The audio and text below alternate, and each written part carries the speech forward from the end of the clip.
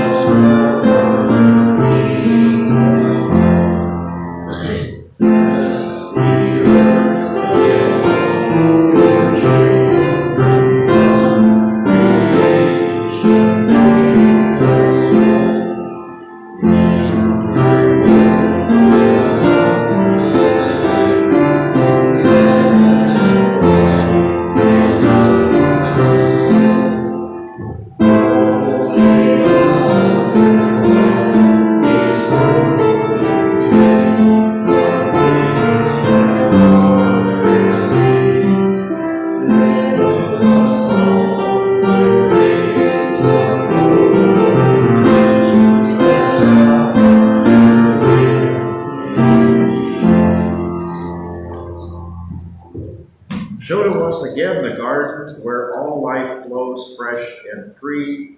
Gently guide your sons and daughters into full maturity.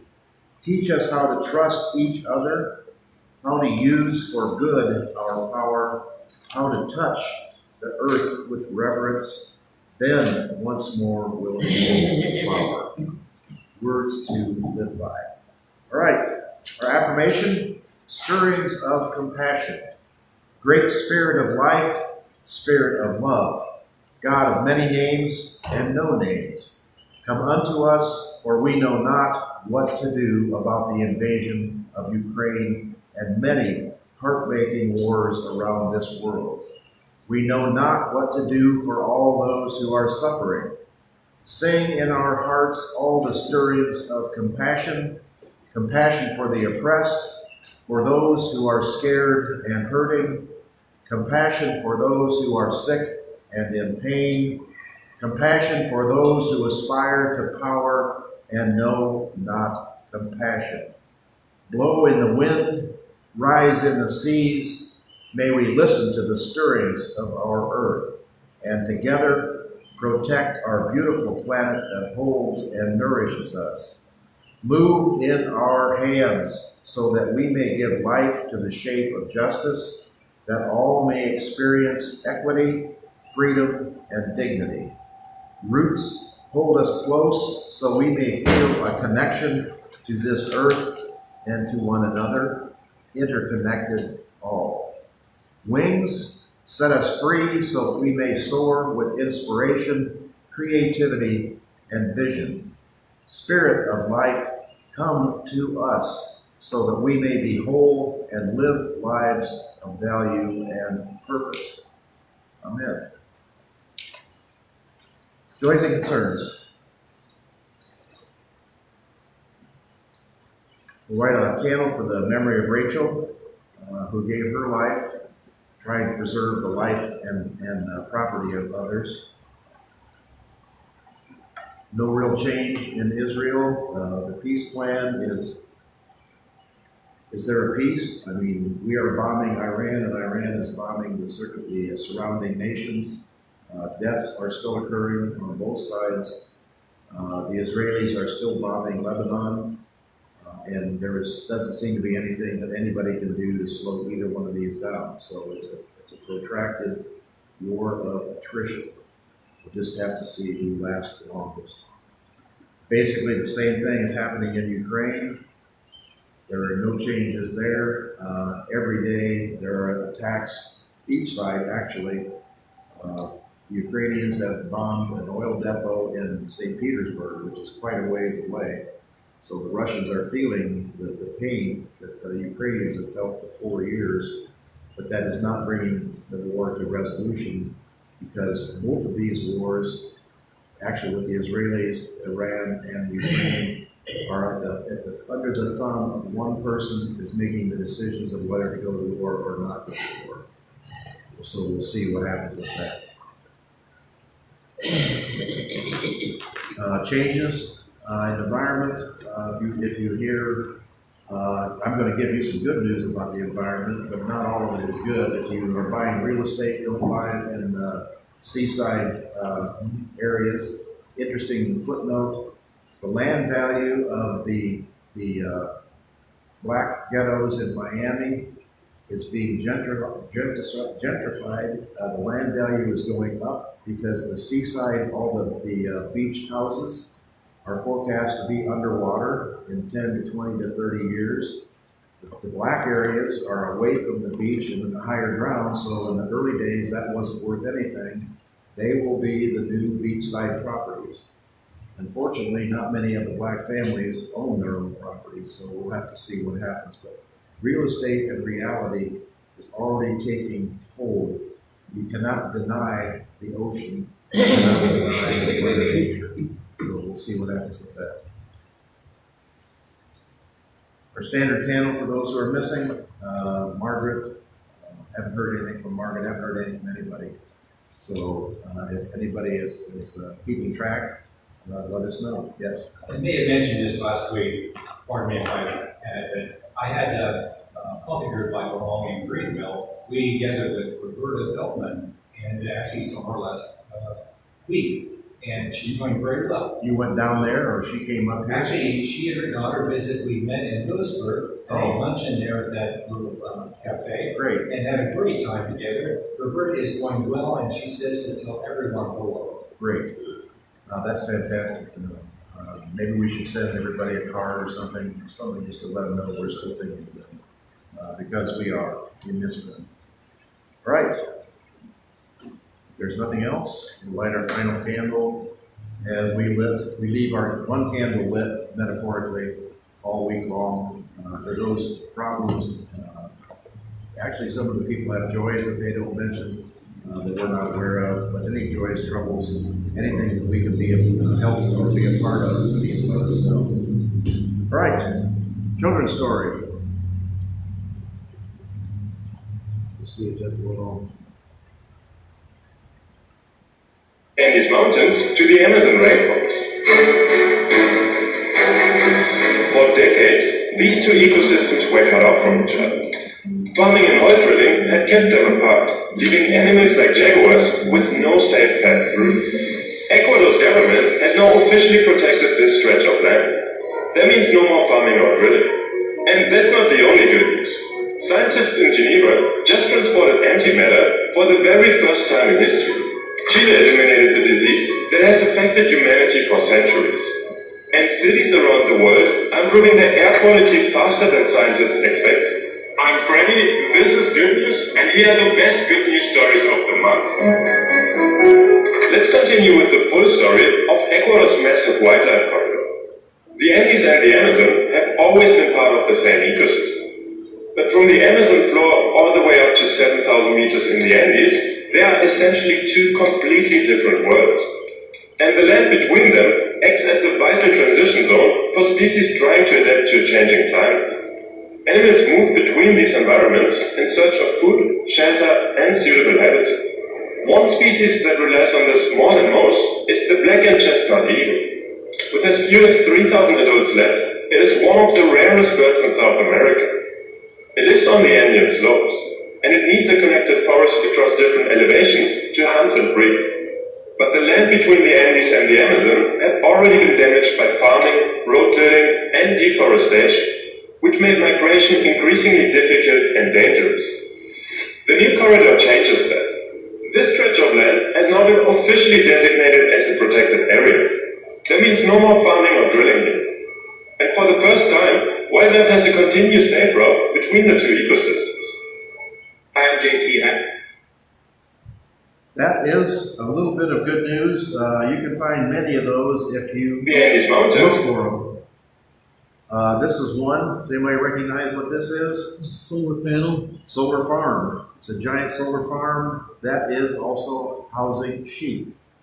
Therefore, they don't have to mow, and the sheep eat the grass, so the farmer benefits and the solar panels benefit. It's a win-win for everyone, and one of those reasons why when people tell you solar panels destroy the land or take land out of production, they're not really thinking clearly. They're thinking more with their animal brain, with their emotional brain, than they are with their reality brain. And the other picture I have is the jaguar. Is actually coming back in Mexico. It is multiplied in Mexico, the Mexican jaguar. So there is progress in some of these. All right, before we start on the actual presentation, this is kind of bad news, kind of humorous, kind of strange. How many of you are aware of the latest pronouncement from the deputy from the Department of Defense, or as we now call it, the Department of War? Secretary Hegseth has changed the denominations that religions that can be listed for an enlisted soldier. It used to be there were 200 religions that you would have stamped one of those 200 on your dog tag. So if you were injured in war or killed in war, the people who were attending grave services would know what kind of marker that went with your body. And also for the living, what the chaplain service provides counseling and talking points to any service person, and they are meant to be multiple service providers. If you're a Christian chaplain, you still have to provide for Buddhists or Jains or Muslims, If you're a Muslim chaplain, you have to be able to provide for Christian soldiers. What they have changed from those 200, they've taken 180 of those religious designations away. They just eliminated them. Some of them you can understand why. An atheist, they're saying that's not a religious designation, even though that is a choice of what you believe or don't believe. One of the more pertinent ones for us is UUs have been taken off the list. United, What was their rationale? because Hexeth doesn't like them. So would that, did the official policy give any kind of a reason for doing that, reducing the numbers? Because they are using the standard rubric they always use. This is in the face, it's for efficiency. And because these are not really religions, they shouldn't be listed as religions. It's also almost one could think that policy would be called conversion by proxy. And we've talked about the church services that take place at the Pentagon. The church services for Easter Sunday were for Christians and for Protestant Christians. There were no services for Catholic Christians, and they were disinvited. The Catholic service people were told that they should not. I don't think they were told they could not if they wanted to convert to being Protestants. But that is what we're kind of dealing with across the whole nation. Just an example. The funny one is the one that they have removed from Christian religions is the Latter-day Saints. So there is a real question among people who are religious scholars whether the Latter-day Saints, the Mormons, are Christian because of some of their beliefs, like the lost tribe of Israel came to the United States and Jesus came to the United States, that each Latter-day Saint who follows the precepts of the church will get his own world eventually and become a god. That is not the standard Christian belief, so you can see why there's some questions there. But because they are called the Latter-day Saints of Jesus Christ, they protest that they are Christian. And it's going to cause Hexeth some problems because most of the representation from Utah, the senators, all the representatives, are all Latter-day Saints, and they are saying you cannot kick us out of the Christian religion, the Christian faith. So we'll see what happens with that. Just another case of shooting yourself in the foot or putting your face in a beehive or stirring up trouble where you don't have to stir up trouble.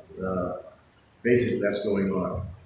The first reason, and the main reason that I started for good news, is the run of bad news has been so bad for so long that we need really good news, not just CBS on Friday night with Steve Hartman. If you watch that, he's always got a bit of good news. That's as CBS is sinking under MAGA leadership and ownership now, and encouraging trustworthy recognition that good people continue to do good things, and major good things, not just holding a door open for the person behind you, or not blowing the horn when some grandma ahead of you doesn't seem to realize there is such a thing as a right turn on red, and she just sits there with no traffic coming, and you have to wait and wait. If you do not blow the horn, which most people don't, that is a good thing. Do the good things outweigh the bad? We'll have to see. But before we turn to the universal reality, the real reason for dwelling on good news is my good news. Friday was the 50th anniversary day of the day Tara and I pledged our troth. My 50th wedding anniversary was Friday. 50 years, and she still complains when I leave the refrigerator door open when building a salad. You can't assemble, slice, and peel lettuce, carrots, olives, cucumbers, and tomatoes, and croutons in just a few seconds, and she still gets upset when she catches me letting the dog lick my dishes. They're my dishes, and I wash them. So. But do I say anything out loud when our 3-bedroom house has 2 1/2 of the bedrooms packed with sewing paraphernalia, boxes of material and patterns? When we were farming, she sewed all of my chambray shirts, and she sewed all of the foster kids' clothes, underwear, she sewed everything. And with her serger whirring away in another reserved bedroom. But no kids for a while, and not for a little while longer until we retired. and take on kids again. All right, genuine goodness is driven by an interplay of empathy, altruism, and secure emotional regulation. True goodness is not about avoiding conflict to keep the peace, but about acting with integrity and compassion, even when it requires personal sacrifice or yields no external reward. Good news is not just a buffer to make us feel better about the ample stories of conflict, destruction, and corruption in the world. It is a vital part of how we learn about solving the world's problems and an antidote to our inherently negative biases. Good news helps provide a more balanced view of the world and can bring meaningful benefits like reduced stress, anxiety, higher rates of engagement, community building skills, and inspiration for making the world a better place. Let's start a list of examples of goodness. Renewable energy is fast outpacing fossil fuels on energy production. Germany has had days in the past when 100% of the energy used in Germany was produced by wind and solar and hydro. 100%. So solar, wind, and hydro is making a real advance in the world, no matter what people in this country will say about it.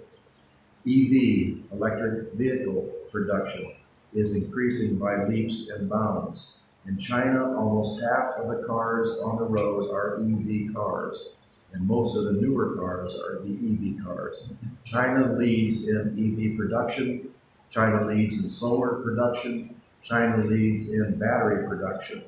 We are basically going backwards. We are outlawing wind, we are outlawing solar, we are canceling support, government support for battery production plants. We are canceling support for electric vehicles, which will let the Chinese continue to advance. And when BYD, which is the build your own in China, when that is finally allowed in the United States, Ford and Chrysler and Chevy are going to have a really tough time competing because they're going to be years behind the eight ball. And BYD is now being accepted into Canada. They're actually, I think, building up a production plant in Canada and in Mexico. So the world is advancing around us. We are the ones who are going backwards.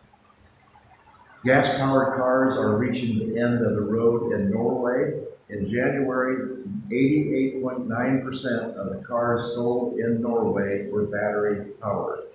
Norway is on track to meet its target of going all electric in 2026. I don't know if that is, I haven't had any updated figures, but 88% of the cars sold are battery-powered in Norway. And what is the complaint you hear about battery-powered cars? They don't work in cold weather. They must work in Norway in cold weather, or they wouldn't be that popular in Norway, so there must be a workaround. Another positive note, a total of 79 nations have now ratified the Global Ocean Treaty, way beyond the 60 required for it to become law. Iceland, Brazil, and Japan joined the list in December. Australia, UK, and US are the ones who have not yet signed. The Ocean Treaty is a landmark victory for the high seas. It protects the oceans by bringing marine ecosystems and the people who rely on them into security zones where the fishing, the trawling, the drilling, everything is controlled and the species that live there are protected. The treaty will enter into force in 26, giving governments the legal framework to protect the waters that lie outside of national boundaries. The national boundary is a 3-mile limit, you've heard of that. This allows countries to protect their fishing grounds that extend out farther than 3 miles. Currently, only 1% of international waters are protected. Greenpeace said this treaty would establish the largest network of ocean sanctuaries in history. The second advancement is called COP16. It's called a step forward for nature protection. Despite the tumultuous geopolitical landscape, nations agreed in March to mobilize at least $200 billion per year by 2030 to help developing countries conserve biodiversity. That is part of what is happening already. And I told you about the jaguar in Mexico, the jaguar in Ecuador, all over the world, species in trouble. And not everyone, but species in trouble are being conserved and expanded. This commitment was hammered out in Rome at the COP16 Biodiversity Conference. 196 states signed the Convention on Biological Diversity, including Russia, but not including who? The U.S. did not sign this agreement either. The deal was hailed as a win for multilateralism in uncertain times. One of the examples is the long-lost sailback hound shark was reported again off Papua New Guinea. Jaguar numbers surged in Mexico. Chinook salmon were spotted swimming in the Chiloquin Basin in Oregon for the first time in 100 years. Salmon are beginning to come back. If you watch the news, you know why that is. Dams are being removed from many of the rivers in Oregon and Washington, allowing the salmon to freely migrate upstream and fertilize and lay their eggs. So that has actual true to the world, true to life repercussions. In November, the World Health Organization revealed the number of polio cases globally has plummeted by more than 99% in just 35 years. In the 1980s, some 350,000 children per year were left paralyzed by polio, a figure that now stands at around 50 per year. That has not marked what is happening in the United States with the absence of vaccinations, so I would not be surprised to see polio reoccur, because that's one of the other numbers that has gone down. The measles, I think I got it in here somewhere. The measles vaccination rate in the world, thousands and thousands of deaths have been caused by measles across the world. Those are also plummeting. The only place where measles cases are skyrocketing is in the United States because of the reluctance to give the measles vaccination. We are basically, in every indice that you can think of, we are going backwards. We're going to the Make America Great Again has made us back in the 40s and the 50s again. The diseases that we had in the 40s and 50s, the industrial accidents. Did you just see that 60 people who were drinking raw milk have an infectious disease? They've got a bacterial infection. There's nothing, our family drank raw milk out of our farm. We didn't give it to anybody else. We had one cow and one milker. We were very careful with the milk that we poured.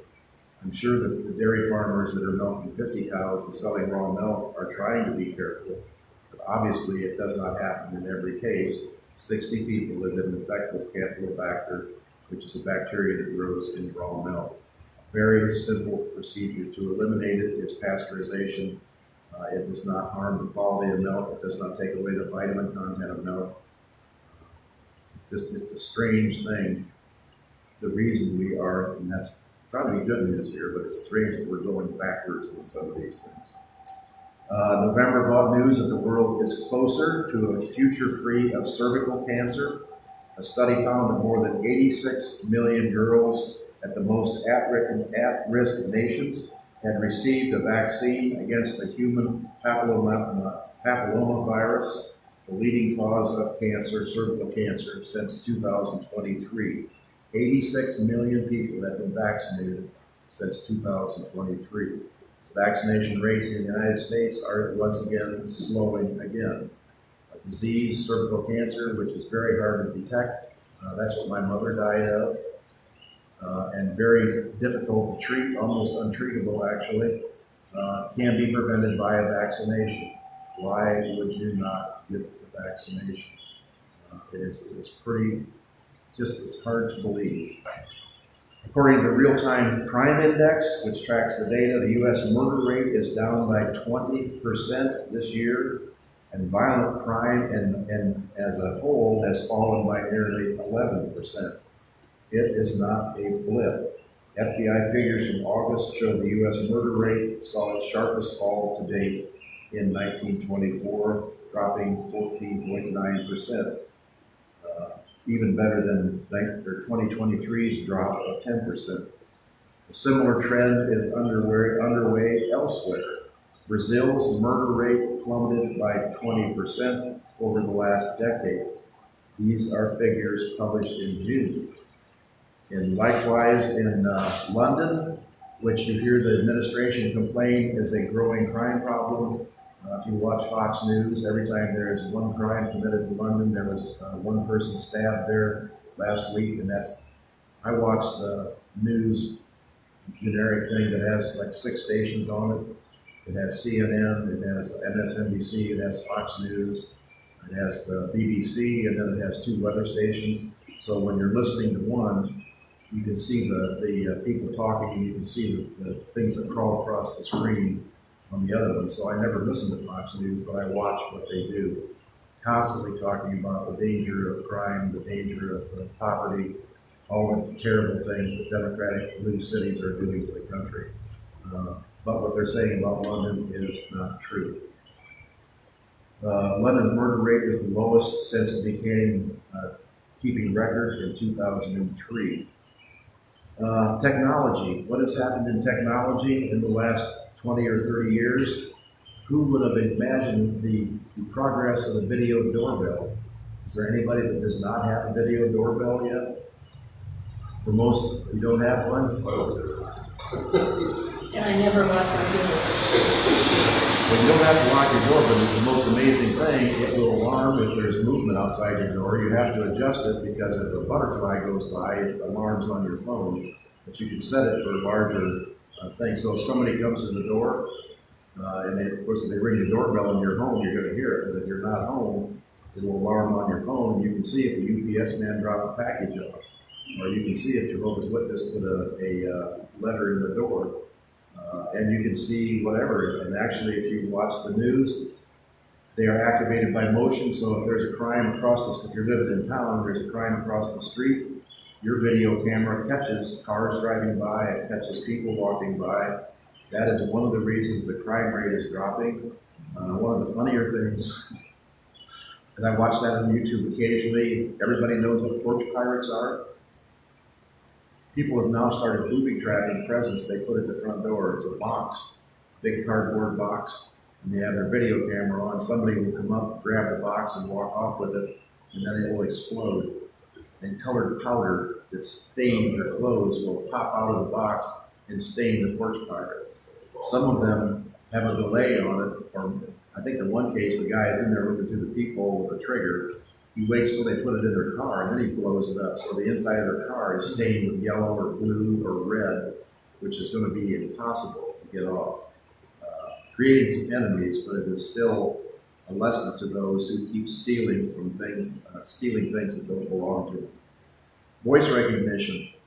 Now, for those of us who type very slowly with one thumb, you can actually hit a button on your phone and speak into your phone, and it will be transcribed into, and pretty accurately. And I actually use this when Tara's asleep. If I'm working on a sermon, I can read something and then hit the transcribe button, and I can just talk into my computer and it will write it down. It writes down all the ums and ahs and the weird things, but you can go back and erase those, but it's still easier than trying to type with one finger laying in bed. So it is an amazing thing that who would have thought about that 20 years ago. Facial recognition. My phone keeps asking me to use facial recognition. It asked me to use fingerprint. I saw all those stories about the guy who was killed and they cut his finger off so they could use his phone.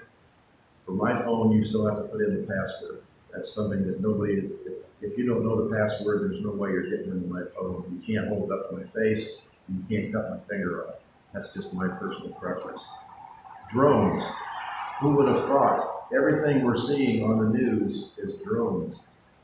Used to be, you had helicopter, Channel 7 News, and their helicopter used to fly all over. Those people are all out of a job because the drone is less intrusive.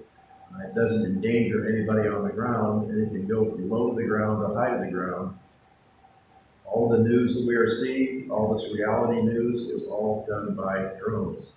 A pretty amazing advancement. And once again, it's not without problems, because there have been drones that are flying into the pathways of aircraft at airports, which is a kind of a scary thing. But actually, it's no worse than a bird strike. As long as it doesn't go into the engine, it's probably something that needs to be taken care of, but it's not a mortal danger. Genetic engineering. How many diseases are we eliminating?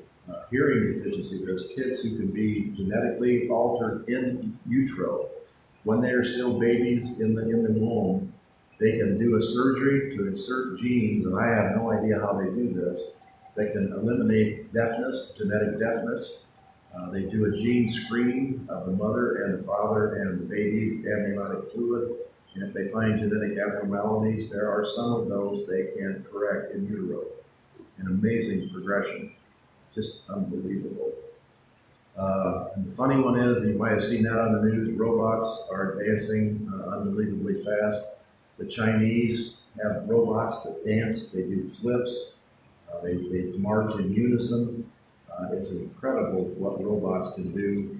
When you watch the science fiction movies of 20 years ago about robots taking over the world, there's actually a scary possibility that we are seeing coming up.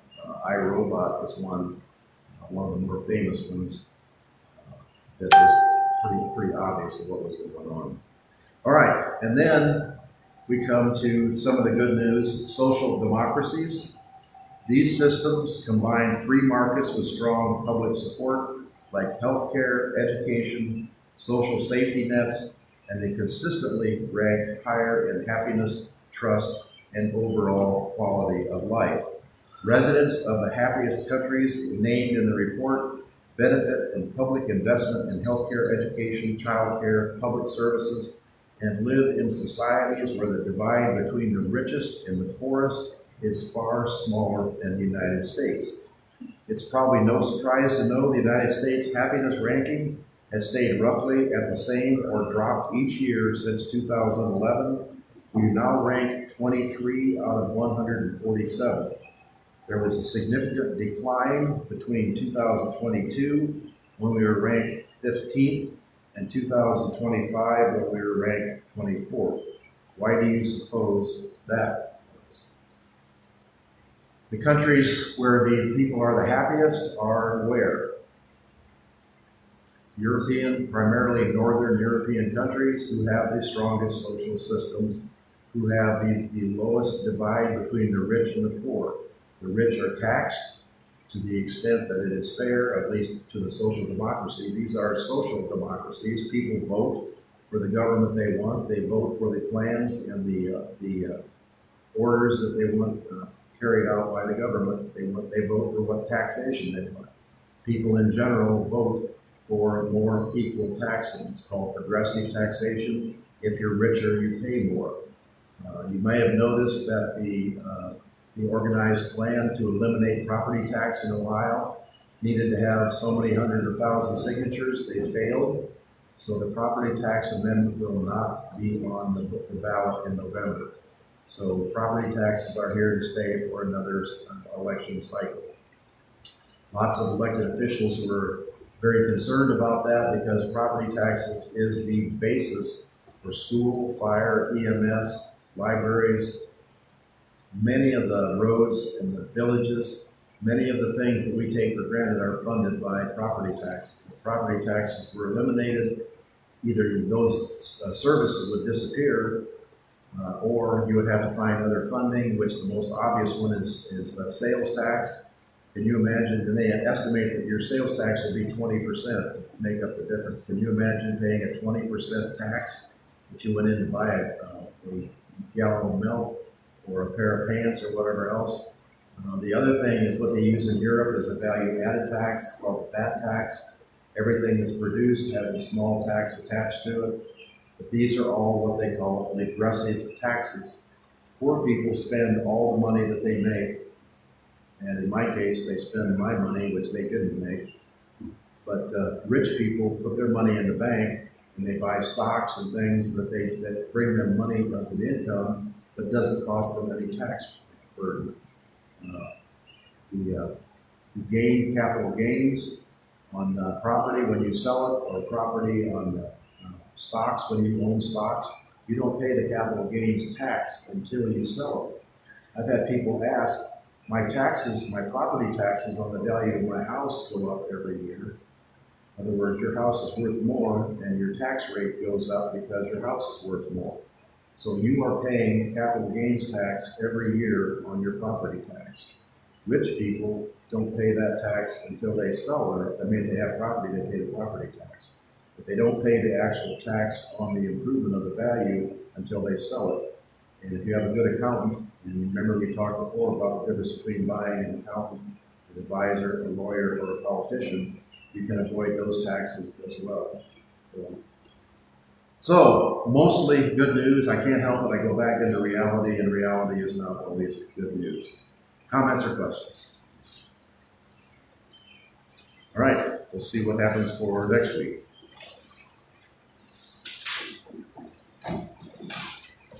For our offering, we will hear Wade in the Water. That's a classic from the 60s. Fish Sunday too. What's that? Fish. Oh, fish. Yeah, this is the first Sunday.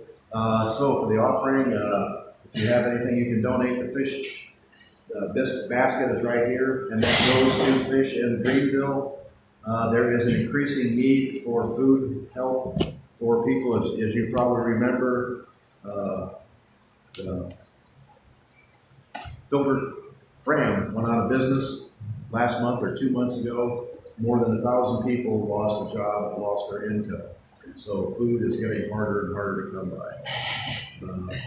And as usual, I can show you a picture later. I took a picture at one of my renter's house. There's a box out front of the porch where they obviously went to the food bank, and there's canned goods, flour, things like that, sitting in a box on the porch. They never even bothered to take it in the house and put it away. So I'm not sure whether they took the stuff they wanted, and that's the stuff they don't want. If it's still there tomorrow, I'll pick it up and take it back to the food bank.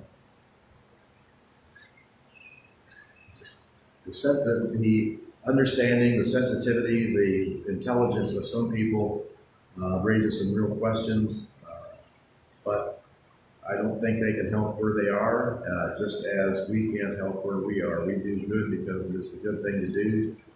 They may be doing bad because that is the way they were raised. That's one of those things we're still following. So, all right, Wade in the Water.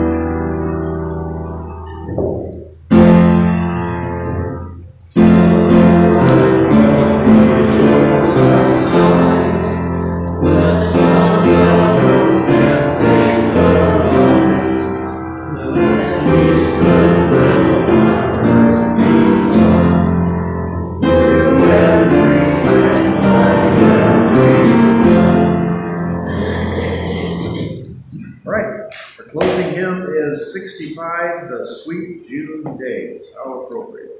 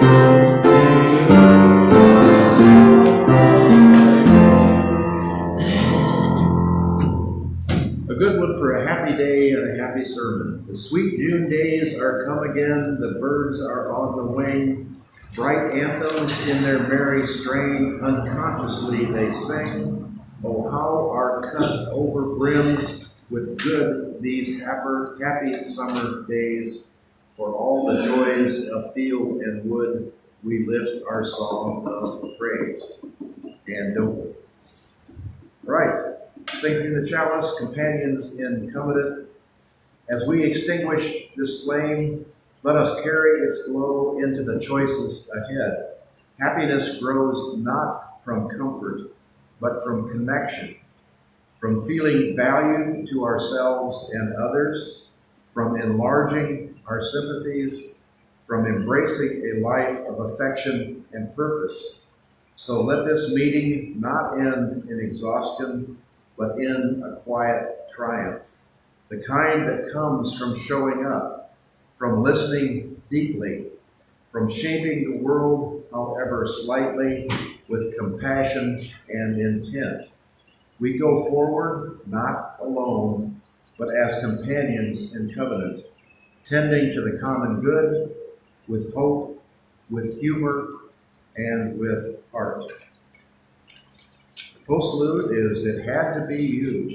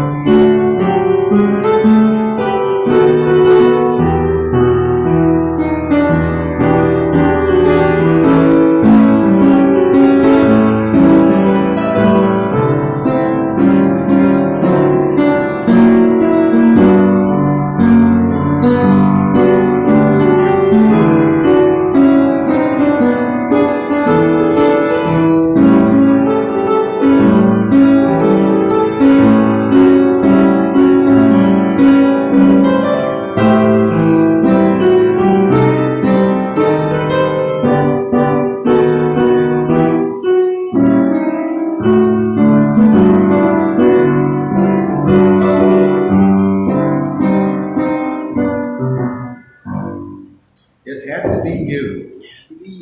All right.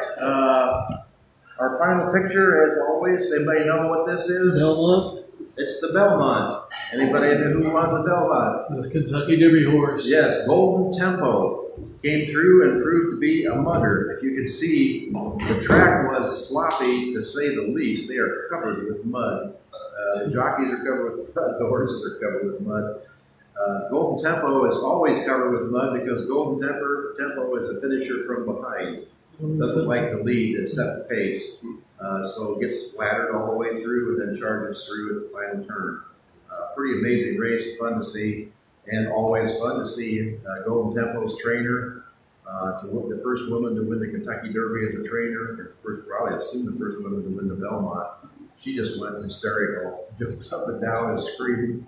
It was fun to watch, almost as fun as watching the race. Okay, that ends our service. We're going to leave our final candle lit, basically in solidarity with Unitarian Universalists throughout the world for losing their designation as a valid religion. That's right. All right, that ends our service. Have a good week. If you need something, let us know. If you can help us, help other people, let us know. Just can't believe he did that. That's so out of character for somebody in charge of $1 trillion budget and thousands of people to be so petty to go through it. I bet. Yeah, well, how much money are they gonna save by doing that? Not much. I bet the Pentecostal folks don't win there. That's huge back. Yeah. Yeah, I think they were listening. I think. Well, So was the Jehovah's Witnesses too. well, that's what they do such a good job of keeping track of who's in and who's out. But he likes that precision.